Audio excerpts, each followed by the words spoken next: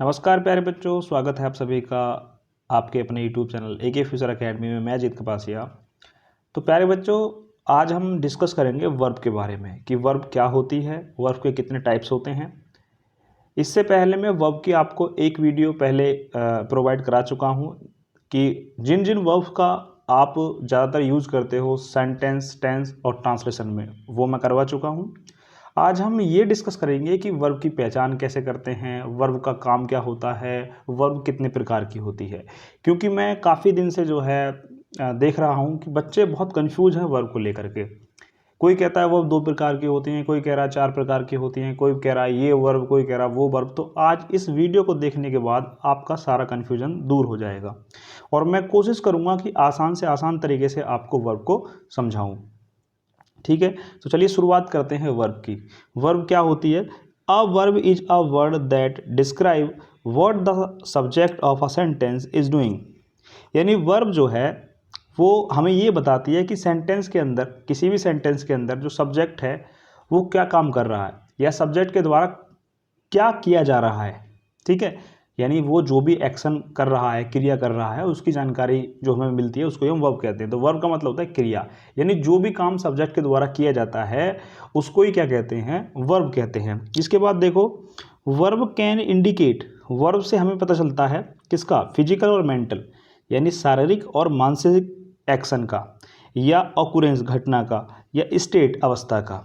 ठीक है, यानी किसी भी व्यक्ति के द्वारा चाहे वो मेंटली काम किया जाए चाहे फिजिकली किया जाए। ठीक है, और उसमें क्या है, आपका कोई एक्शन हो, ऑकुरेंस यानी घटना हो, या स्टेट यानी कि अवस्था हो। ठीक है, जैसे यहाँ पर एक एग्जांपल है, Anita is thinking about Ramesh. Anita Ramesh के बारे में सोचती है या विचार करती है। आई वेंट टू स्कूल, मैं स्कूल जाता हूँ। तो यहाँ पर देखो, अनीता रमेश के बारे में सोच रही है, तो यहाँ पर आप देख रहे हो कि मेंटली वो काम कर रही है। लेकिन आई वेंट टू स्कूल, तो यहाँ पर ये फिजिकली काम किया जा रहा है, वो स्कूल जा रहा है। ठीक है, तो ये होती है वर्ब। वर्ब से हमें किसी एक्शन का, किसी ऑकुरेंस का, किसी स्टेट का पता चलता है, यानी किसी भी सब्जेक्ट के द्वारा। ठीक है, कोई व्यक्ति है, स्थान है, वस्तु है, उसके द्वारा उसकी स्थिति जो होती है उसका बारे में हमें पता चलता है। अब यहाँ पर मैंने एक इमेज लगाया हुआ है आपको ये समझाने के लिए कि ये सारी जो एक्टिविटी आपको इस इमेज में दिखाई दे रही है, ये सब की सब आपकी वर्ब कहलाती हैं। इसको थोड़ा सा ध्यान से देखो। इस इमेज में बहुत सारी एक्टिविटीज़ हैं, बहुत सारे एक्शन दे रखे हैं, बहुत सारी स्टेट्स हैं, बहुत सारी ऑकुरेंस मिल सकती हैं आपको। ठीक है, चलिए अब सबसे पहले जानते हैं वर्ब के टाइप कितने होते हैं। तो आप मुख्य रूप से देखो तो मुख्य रूप से वर्ब के 2 टाइप होते हैं। एक होती है आपकी हेल्पिंग वर्ब, जिसे आप ऑक्सिलरी वर्ब बोलते हैं, हिंदी में इसे सहायक क्रिया कहते हैं। दूसरा टाइप होता है आपका मेन वर्ब, जिसे आप लेक्सिकल वर्ब भी कहते हैं, यानी मुख्य क्रिया। ठीक है, तो वर्ब्स मुख्य रूप से 2 तरह की होती है। आगे चलकर आप पढ़ोगे तो और भी बहुत सारे टाइप आपको देखने को मिलेंगे, लेकिन मुख्य रूप से आप याद रखो कि वर्ब 2 टाइप्स की होती है। अब सबसे पहले हम जानते हैं जो हेल्पिंग वर्ब होती है, जिसे आप ऑक्सिलरी वर्ब बोलते हो, वो भी 2 टाइप की होती है। उसमें 2 टाइप कौन से हैं? पहला होता है प्राइमरी ऑक्सिलरी, दूसरा होता है मॉडल ऑक्सिलरी। अब ये प्राइमरी ऑक्सिलरी वर्ब कौन सी होती हैं? तो प्राइमरी ऑक्सिलरी वर्ब में आती हैं आपकी is, am are, was, were, has, have, had, will, shall, do, does, did, ये आती हैं। इसी के अंदर आपकी जो है टू बी वर्ब भी आती है। इज, एम आर, वाज, वर को आपने सुना होगा, अक्सर बोलते हैं टू बी वर्ब। तो टू बी वर्ब जो है वो प्राइमरी वर्ब भी होती है। ठीक है, दूसरी होती है आपकी modal verb, can, could, would, should, may, might, must, ought to, date, dare, need, ये हो गई आपकी मॉडल वर्ब। तो प्राइमरी वर्ब कौन सी होती हैं आपकी? Is, am are, was, were. ठीक है, इसके अलावा जो भी आपको was, were, has, have, had, ये जो है ये प्राइमरी हैं। मॉडल वर्ब कौन सी होती हैं? Can, could, would, may, must, might, ought to, dare, ये होती हैं आपकी मॉडल्स। अब इनका यूज जो है हम वो अगली वीडियो में देखेंगे। इनका यूज मैं आपको अभी नहीं बताऊंगा, क्योंकि अगर मैं सारी चीज़ें इसी वीडियो में बता दूंगा तो वीडियो बहुत लंबी हो जाएगी और बहुत सारी चीज़ें ऐसी होंगी जो स्किप हो जाएंगी, आपको समझ में नहीं आएंगी। तो इसमें केवल मैं आपको पहचान करनी बता रहा हूँ। तो इसमें आपने पहचान कर ली कि इज, एम आर, वाजबर हैं, तो ये क्या है आपकी? ये हेल्पिंग वर्ब है। और हेल्पिंग वर्ब में भी कौन सी? Primary auxiliary. और मॉडल वर्ब कौन सी होती है? कैन, कुड, ये भी हेल्पिंग वर्ब हैं, लेकिन कौन सी? मॉडल ऑक्सिलरी हैं ये। इसके बाद देखते हैं एक होती है लिंकिंग वर्ब। अब ये लिंकिंग वर्ब क्या होती है? जब कोई हेल्पिंग वर्ब मेन वर्ब की तरह काम करती है, या जब कोई हेल्पिंग वर्ब मेन वर्ब के स्थान पर आती है, ठीक है, तब उसे हम लिंकिंग वर्ब कहते हैं। जैसे my uncle is a doctor, मेरे अंकल क्या हैं, एक डॉक्टर हैं। आई एम अ टीचर, मैं एक टीचर हूँ। ही डज हिज वर्क, वह अपना काम करता है। ही हैज़ ए कार, उसके पास एक कार है। अब यहाँ पर आप देख रहे हो, अभी भी आपको समझ में नहीं आया। मैंने बताया आपको कि जब कोई हेल्पिंग वर्ब मेन वर्ब की तरह काम करती है या मेन वर्ब के स्थान पर आती है, तो पहली बात तो आपको ये पता लगी कि कोई भी हेल्पिंग वर्ब जो होती है वो मेन वर्ब के स्थान पर भी आ सकती है। हेल्पिंग वर्ब मेन वर्ब का भी काम कर सकती है। ठीक है, अब देखो कैसे। अगर मैं यहाँ पर लिखता कि आई एम गोइंग टू, ठीक है, चलो इसको यहाँ लिख लेता हूँ, I am going to school. इसको देखो, इसमें आई एम, इसमें जो एम लगा हुआ है ये हेल्पिंग वर्ब है। ठीक है, मैं स्कूल जा रहा हूँ, मैं स्कूल जा रहा हूँ, यहाँ पर एम जो आया है ये हेल्पिंग वर्ब है। लेकिन यहाँ पर आप देखो, इसमें यहाँ पर जो आपको सेंटेंस मैंने बना कर दिखाया, I am going to school, इसमें आपका जो एम लिखा हुआ है इसका कोई मीनिंग नहीं है। लेकिन यहाँ पर आप देखो दूसरा सेंटेंस, लेकिन अगर आप यहाँ पर दूसरा सेंटेंस देखो, देखो कैसे, ऊपर देखो, my uncle is a doctor, मेरे अंकल क्या है, एक डॉक्टर हैं। तो यहाँ पर जो इज आया है इसका अर्थ है। यहाँ पर हूँ, यहाँ पर करना, ठीक है, यहाँ पर रखना, ठीक है। तो यहाँ पर जब इन हेल्पिंग वर्ब की अपनी मीनिंग हो, जब इनकी मीनिंग यूज की जाए, तब वहाँ पर ये लिंकिंग वर्ब कहलाती हैं। समझ में आई बात? एक बार फिर समझने की कोशिश करो कि हम हेल्पिंग वर्ब को ही लिंकिंग वर्ब कहते हैं। पहली बात तो ये हुई। लेकिन हेल्पिंग वर्ब को लिंकिंग वर्ब तब कहते हैं जब ये मेन वर्ब का काम करें या मेन वर्ब के स्थान पर आए। ठीक है, नेक्स्ट देखो मेन वर्ब क्या होती है। तो भाई मेन वर्ब आपने सबसे ज़्यादा आप यूज जो करते हो मेन वर्ब को करते हो। मेन वर्ब तो हर सेंटेंस में आती है। देखो, the main verb is also called the lexical verb और प्रिंसिपल वर्ब। ठीक है, लेक्सिकल और प्रिंसिपल वर्ब। तो मेन वर्ब को आपकी मुख्य क्रिया कहते हैं, ये तो आपने पढ़ी ही। फिर this term refer to be important verb in the sentence. भाई आप जानते हैं कि जो वर्ब होती है, मेन वर्ब होती है, वो महत्वपूर्ण होती है या महत्वपूर्ण भाग होती है सेंटेंस का, इंपॉर्टेंट रोल प्ले करती है किसी भी सेंटेंस में मेन वर्ब जो होती है। The one that typically shows the action और state of being a subject. अब मेन वर्ब से ही हमें पता चलता है कि भाई सब्जेक्ट के द्वारा क्या काम किया जा रहा है, उसकी अवस्था का या उसके एक्शन का। Main verbs can stand alone, और मेन वर्ब जो होती है वो किसी सेंटेंस में अकेली भी हो सकती है। यहाँ पर 2 सेंटेंस लिखे हुए, Ram goes to school, Ram school जाता है। Mohan is singing a song. तो गोज और सिंगिंग जो हैं ये यहाँ पर मेन वर्ब हैं। यहाँ पर इज भी आ रही है, तो इज यहाँ पर क्या है, हेल्पिंग वर्ब है, एच भी है। जबकि सिंगिंग क्या है, यहाँ पर एम भी, यानी कि मेन वर्ब है। ठीक है, हेल्पिंग वर्ब जैसे इज, एम, आर, वाज, वर होते हैं, तो किसी सेंटेंस में हेल्पिंग वर्ब और मेन वर्ब एक साथ आ सकती हैं, कोई दिक्कत नहीं है। किसी सेंटेंस में 2 वर्ब भी एक साथ आ सकती हैं, कोई दिक्कत नहीं है। कभी आप सोचो कि सेंटेंस गलत है, तो ऐसा कुछ नहीं होता है। हेल्पिंग वर्ब जो होती है वो सहायता करने के लिए होती है, या आप कह सकते हो कि उसके द्वारा थोड़ा सा एक्स्ट्रा इन्फॉर्मेशन मिल जाती है और पहचान करने में आपको आसानी हो जाती है हेल्पिंग वर्ब की मदद से। अब यहाँ पर हम देखते हैं टाइप ऑफ मेन वर्ब।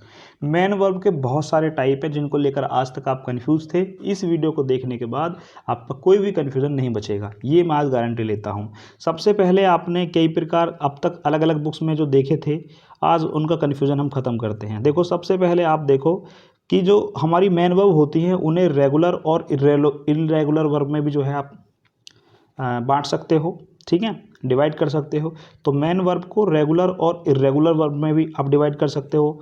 फिर दूसरा ट्रांजिटिव और इंट्रांजिटिव वर्ब भी होती है। फिर एक्शन और स्टेटिव वर्ब, उसके बाद कॉजेटिव और इनोहेटिव वर्ब्स। सबसे पहले जानते हैं कि ट्रांजिटिव और इंट्रांजिटिव वर्ब किसे कहते हैं। तो ट्रांजिटिव वर्ब का मतलब समझो क्या होता है कि a transitive verb is a type of verb that need an object to make complete sense of the action being perform by the subject. Transitive verb वो होती है किसी भी सेंटेंस में ट्रांजिटिव वर्ब वो वर्ब होती है जिसे ऑब्जेक्ट की नीड होती है, ऑब्जेक्ट की आवश्यकता होती है। अगर आप कोई सेंटेंस बना रहे हो और उसमें ट्रांजिटिव वर्ब यूज कर रहे हो तो वहाँ आपको 100% ऑब्जेक्ट लगाना ही पड़ेगा। कहने का मतलब है ट्रांजिटिव वर्ब वो वर्ब होती हैं जिन्हें ऑब्जेक्ट की रिक्वायरमेंट होती है। जब आप कह सकते हो कि आपको अगर कोई भी सेंटेंस बना रहे हो और उसमें आप ट्रांजिटिव वर्ब का यूज कर रहे हो तो वहाँ उसको ऑब्जेक्ट की आवश्यकता पड़ती है। जैसे कि Javed love his new bike. अब देखो इंट्रांजिटिव वर्ब कौन सी होती है? An intransitive verb is a very verb that does not necessarily require an object to make sense of the action being performed by the subject in a sentence or a context. Intransitive verb वो verb होती हैं जिन्हें sentence में object की need नहीं होती है, यानी कि सेंटेंस का जो सेंस है वो बिना ऑब्जेक्ट के भी पूरा सही निकलता है। ठीक है, यानी इन्हें ऑब्जेक्ट की नीड या आवश्यकता नहीं होती है। जैसे द बेबी इज स्लीपिंग, बच्चा सो रहा है। अब देखो रेगुलर और इर्रेगुलर वर्ब कौन सी होती है? रेगुलर वर्ब किसे कहेंगे? Regular verb form the simple past tense and the past participle by adding ED to the base form of the verb. तो रेगुलर वर्ब हम उन्हें कहेंगे कि यदि किसी भी वर्ब के अंत में अगर हम ईडी लगा दें और ईडी लगाने से ही उसकी सेकंड फॉर्म और थर्ड फॉर्म बन जाए, किसी भी वर्ब की बेस फॉर्म में अगर हम ईडी लगा दें और उससे उसकी सेकंड फॉर्म और थर्ड फॉर्म बन जाए तो उसे हम रेगुलर वर्ब कहेंगे। जैसे आपने देखा एक्ट, यहाँ पर एक वर्ड है एक्ट, एक्ट में ईडी लगा दो तो सेकंड फॉर्म एक्टेड और थर्ड फॉर्म भी क्या बन गई? एक्टेड। ऐसे एक वर्ड आपने और सुना है, एक सुना है आपने किल, तो किल की सेकंड फॉर्म होती है किल्ड और थर्ड फॉर्म भी क्या होती है? वो भी आपकी किल्ड होती है।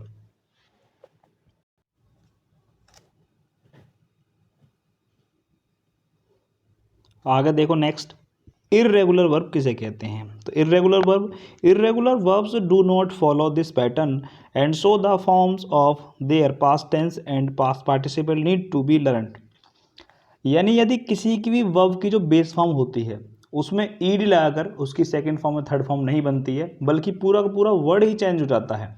जैसे यहाँ पर देखो ईट, ईट की सेकंड फॉर्म बनाने के लिए ईट लगाया हमने और थर्ड फॉर्म ईटन।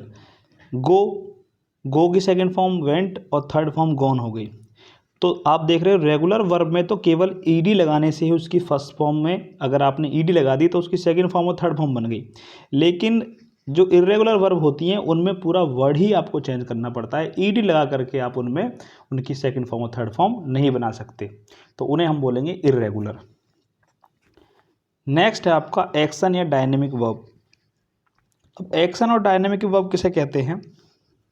कि an action verb is a verb that describe an action either physical और mental that the subject of sentence performs. यानी एक्शन वर्ब या डायनेमिक वर्ब्स हम उन्हें कहते हैं जिससे हमें किसी एक्शन के बारे में पता चलता है, और वो एक्शन जो है मेंटली भी हो सकता है और फिजिकली भी हो सकता है। ठीक है, एक्शन वर्ब हम उन्हें कहते हैं जिससे हमें किसी एक्शन के बारे में पता चलता है। यहाँ पर मैंने एक इमेज भी लगाया है ताकि आपको अच्छे से समझ में आ जाए।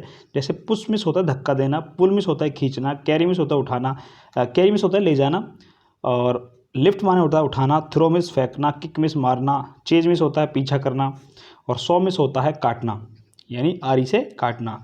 यहाँ पर कुछ एग्जाम्पल भी लिखे हुए जैसे go, walk, talk, run, sit, jump, play, dance, teach, eat, bath, learn, write, call, speak, travel, sing. ये सभी के सभी किसके एग्जाम्पल हैं? ये सभी के सभी एक्शन या डायनेमिक वर्ब के एग्जाम्पल हैं। नेक्स्ट देखो स्टेटिव वर्ब। स्टेटिव वर्ब कौन सी होती हैं? Stative verbs describe a state, condition और perception. The state can be physical, mental और इमोशनल। स्टेटिव वर्ब जो हैं ये किसी सब्जेक्ट जो होता है उसकी स्थिति, अवस्था या धारणा को प्रदर्शित करती हैं। ठीक है, यानी यहाँ पर ज़रूरी नहीं होता, जब मैंने आपको वर्ब के बारे में बताया तो वर्ब से हमें किसी एक्शन के बारे में पता चल सकता है, किसी घटना के बारे में भी, या फिर किसी कंडीशन के बारे में पता चल सकता है, या किसी की स्टेट्स के बारे में। स्टेट का मतलब होता है जो उसकी स्थिति होती है या अवस्था होती है। अब देखो ऐसी कुछ वर्ब्स हैं जो मुझे याद थी, मैंने वो ले ली हैं, बाकी बहुत सारी और भी हो सकती है, जैसे कि एग्री है, बिलीव है, डाउट है, guess, imagine, know, mean, recognise, remember, suspect, think, understand, dislike, hate, like, love, prefer, want, wish, appear, be, feel, hear, look, see, seem, smell, taste, belong, have, measure, own, possess, wake, ये सभी जो है जो meaning है, जो सभी verb हैं, इन्हें हम स्टैटिक वर्ब्स कहते हैं, क्योंकि इनसे किसी भी एक्शन के बारे में हमें जानकारी नहीं मिलती, बल्कि हमें इनसे किसी की स्टेट, कंडीशन या परसेप्शन के बारे में जानकारी मिलती है। और यहाँ पर मैंने कुछ स्टैटिक वर्ब्स का एक इमेज लगाया है, जिससे आप पता चल सके कि जो भी आप देखते हो, जो भी आप जो है आपको जिसकी सुगंध आती है, जो आपको सुनाई देता है, वो सभी स्टैटिक वर्ब हो सकती है। जैसे कि थिंक, अब सोचना जो है, सोचने में कौन सा एक्शन होता है, तो ये स्टैटिक वर्ब है। लुक, देखना, smell, believe, love, here, feel, ये सभी के सभी स्टैटिक वर्ब के एग्जाम्पल हैं। नेक्स्ट देखो कॉजेटिव वर्ब। कॉजेटिव वर्ब क्या होती हैं? Causative verb so that somebody something is indirectly responsible for an action. Causative verb वो वर्ब होती हैं जब किसी सेंटेंस में जो करता है, सब्जेक्ट है, वो किसी काम को खुद ना करे बल्कि किसी दूसरे से करवाए। यानी जब किसी सेंटेंस में या किसी वाक्य में कोई काम किसी दूसरे व्यक्ति से करवाया जा रहा है, या कोई भी सब्जेक्ट है वो दूसरे से कोई काम करवाता है, तो वहाँ पर वो पॉजिटिव वर्ब होती हैं। जैसे कि मेक है, कीप है, हैव, गेट, लॉट, हेल्प। अब यहाँ पर क्या हो सकता है? मेक की जगह आपको मेड मिल सकता है, गेट की जगह गॉट भी हो सकता है, ठीक है। अब यहाँ पर कुछ एग्जाम्पल हैं, इनसे आपको समझ में जाएगा। I made her Singh a song, मैंने उससे एक सॉन्ग बनवाया। I made him polish my shoes, मैंने अपने जूते उससे पॉलिश करवाए। He got a letter written by Suman, उसने सुमन से एक पत्र लिखवाया। She gets her house clean by her servant, उसने अपने मकान को या अपने घर को जो है नौकर से साफ करवाया। Would you let me join your party, क्या तुम मुझे अपनी पार्टी में ज्वाइन करवाओगे या शामिल करवाओगे। वुड यू हेल्प, यहाँ पर एक मिस्टेक हो गई है, हेल्प लिखना भूल गया मैं। देखो, would you help me deliver, would you help me deliver this box, क्या तुम इस बॉक्स को डिलीवर करने में मेरी सहायता करोगे। क्वेश्चन मार्क भी लगाना था इसमें पीछे। नेक्स्ट है इनोहेटिव वर्ब्स कौन सी होती हैं? In inchoative verbs is the verb that indicate the start of an action और process of becoming. Inchoative verb वो वर्ब होती हैं जिससे हमें किसी क्रिया के प्रारंभ होने या शुरुआत होने की स्थिति के बारे में पता चलता है, कि वो कोई क्रिया कब शुरू हुई थी, किस प्रकार से शुरू हुई थी, या उसकी जो प्रोसेस है, प्रक्रिया है, उसके बारे में जानकारी मिलती है। जैसे get, open, clear, warm, melt, sour, rise, taste, bake, cook, burn, ऐसे बहुत सारे और भी वर्ड हो सकते हैं जिन्हें हम इनोहेटिव वर्ब्स कहते हैं। यानी कोई भी ऐसी वर्ब है जिससे हमें किसी कार्य के प्रारंभ होने के या शुरुआत के बारे में पता चलता है, या पूरी प्रक्रिया के बारे में पता चलता है, उसे ही हम क्या कहते हैं? इनोहेटिव वर्ब्स कहते हैं। नेक्स्ट है अदर टाइप्स ऑफ वर्ब। अब ये दो टाइप्स और हैं जो आपने पढ़े या सुने। आपने सुना है फ्रेजल वर्ब, एक होता है फाइनेट और नॉन फाइनेट वर्ब, इनको भी जानते हैं। पहले देखते हैं फ्रेजल वर्ब क्या है। तो phrasal verb is a combination of a verb and a preposition adverb of both that function as a verb with a different meaning than the individual word. Phrasal verb जो होती है वो combination होता है या तो वर्ब और preposition का, या फिर वर्ब और एडवर्ब का, और ये दोनों जो है वर्ब का ही काम करते हैं मिलकर के। जब इन्हें हम एक साथ ले लेते हैं, कभी कॉम्बिनेशन बना लिया हमने वर्ब और प्रीपोजिशन का, तो वो जो है वर्ब का ही काम करता है। लेकिन अब वर्ब के साथ जब प्रीपोजिशन लगा दिया, वर्ब के साथ जो एडवर्ब लगा दिया, तो उसकी मीनिंग चेंज हो जाती है। देखो कैसे, यहाँ पर मैंने लिखा हुआ गिव, गिव मीन्स होता है देना। अगर ये सामान्य वर्ब थी, मेन वर्ब के रूप में काम होती है, तो गिव का मीनिंग होता है देना। लेकिन जब इसके साथ हम कोई प्रीपोजिशन लगा दें तो इसका मीनिंग चेंज हो जाता है और ये फ्रेजल वर्ब बन जाती है। कैसे? देखो, गिव अप लगा दिया हमने तो इसका मतलब होता है त्यागना या छोड़ना, और गिव के साथ इन लगा दिया तो इसका मीनिंग हो जाता है हार मानना, और ये क्या बन जाती है? फ्रेजल वर्ब बन जाती है। नेक्स्ट है आपका फाइनेट और नॉन फाइनेट वर्ब। तो सबसे पहले जानते हैं फाइनेट वर्ब किसे कहते हैं। Finite verbs are those verb that agree with the subject and express the mood, tense, number and person. Finite verb वो वर्ब होती हैं जो कि किसी सब्जेक्ट के अनुसार, नंबर के अनुसार, मूड के अनुसार या टेंस के अनुसार या किसी व्यक्ति के अनुसार उनमें परिवर्तन हो जाता है। ठीक है, किसी भी वर्ब में अगर कोई भी वर्ब अगर चेंज हो जाती है किसी नंबर के अकॉर्डिंग, सब्जेक्ट के अनुसार, या फिर टेंस के अनुसार, मूड के अनुसार, जैसे कि ही रीड बुक्स, ठीक है, ही के अनुसार रीड्स आ गया आपका। अगर यहाँ पर आई होता या दे होता तो केवल क्या आता आपका। तो जब भी सेंटेंस के अकॉर्डिंग, सब्जेक्ट के अकॉर्डिंग, नंबर के अकॉर्डिंग अगर कोई भी वर्ब आपकी चेंज होती है तो उसे हम फाइनाइट बोलते हैं। जबकि नॉन फाइनाइट वर्ब क्या होती है? Non finite verbs do not agree with the subject and can be use in the present participle, past participle और infinitive form to perform different function in the sentence. यहाँ पर S 2 बार लिख गया है, इसको सही कर लेना, एक ऐसी है। तो नॉन फाइनाइट वर्ब वो होती हैं जो किसी नंबर, किसी भी सेंटेंस में उस टेंस के अनुसार, नंबर के अकॉर्डिंग, पर्सन के अकॉर्डिंग या मूड के अकॉर्डिंग वो चेंज ना हो। ठीक है। और आप कह सकते हो कि एक ही सेंटेंस के अंदर अगर कोई वर्ब नाउन का काम कर रही हो, एडवर्ब का काम करती है या एडजेक्टिव का काम करती है, तब उन्हें हम जो है नॉन फाइनाइट वर्ब कहते हैं। यानी वर्ब भी किसी भी सेंटेंस के अंदर अगर वर्ब का काम ना करके एडजेक्टिव का काम करे, या नाउन का काम करे, या फिर एडवर्ब का काम करे, या आप कह सकते हो कि किसी सेंटेंस में कोई वर्ब जब नाउन के स्थान पर आए, या फिर एडजेक्टिव के स्थान पे आए, या फिर एडवर्ब के स्थान पे आए, तो उसे हम फिर नॉन फाइनाइट वर्ब कहते हैं। नॉन फाइनाइट वर्ब 3 प्रकार की होती हैं। जिराउंड की स्पेलिंग भी गलत लिखी हुई है यहाँ पर, इसको सही कर लेना। जिराउंड, इन्फिनिटिव, पार्टिसिपल। तो नॉन फाइनाइट वर्ब कितने प्रकार की होती है? 3 प्रकार की। जैसे यहाँ पर मैंने एग्जांपल लिखे हुए हैं, he likes to play cricket, he enjoy reading books, her hobbies painting है, इसको भी सही कर लेना, मिस्टेक हो गई है। तो ही लाइक्स टू प्ले, देखो लाइक माने पसंद करना होता है, टू प्ले ये भी वर्ब है, तो जो प्ले से पहले टू लगाया हुआ है तो ये क्या हो जाएगी आपकी? इन्फिनिटी हो जाएगी। क्या हो जाएगी? Infinity. He likes to play, तो टू प्ले क्या है इसमें? इन्फिनिटी है, क्योंकि ये ऑब्जेक्ट के स्थान पर आ रही है। किसके स्थान पर आ रही है? आई इंजॉय रीडिंग बुक्स, अब देखो इंजॉय भी वर्ब है और रीडिंग भी वर्ब है। Her hobby is painting, her hobby is painting. तो ये जो है ये सारी की सारी इसमें क्या है? इन्फिनिटी दी हुई है। अब देखो ये फाइनाइट वर्ब और नॉन फाइनाइट वर्ब जो है, इनके लिए मुझे सेपरेट वीडियो बनानी पड़ेगी, तभी ये आपको अच्छे से समझ में आएगी। तो इसमें से कुछ चीज़ें हैं ऐसी जिनके ऊपर मुझे आपको सेपरेट वीडियो बनाकर समझाना पड़ेगा। जैसे आपको मॉडल वर्ब और प्राइमरी वर्ब का आपको यूज सिखाना है, उसके लिए आपको एक स्पेसिफिक अलग वीडियो में बताया जाएगा। दूसरा, ये फाइनाइट और नॉन फाइनाइट वर्ब कौन सी हैं, इनके बारे में आपको पढ़ाना पड़ेगा। ठीक है। तो मिलते हैं नेक्स्ट वीडियो में। आई होप आपको वीडियो अच्छी लगी होगी और टॉपिक समझ में आया होगा। अगर जिन बच्चों को टॉपिक समझ में आ गया है, क्लियर हो गया है, तो भाई वो कमेंट करके ज़रूर बताएं वीडियो कैसी लगी। और जो बच्चे नए हैं वो वीडियो को लाइक करें, शेयर करें, और चैनल को सब्सक्राइब नहीं किया है तो कर लीजिए, ताकि आपको और आगे भी ऐसी महत्वपूर्ण जानकारी मिलती रहे। धन्यवाद।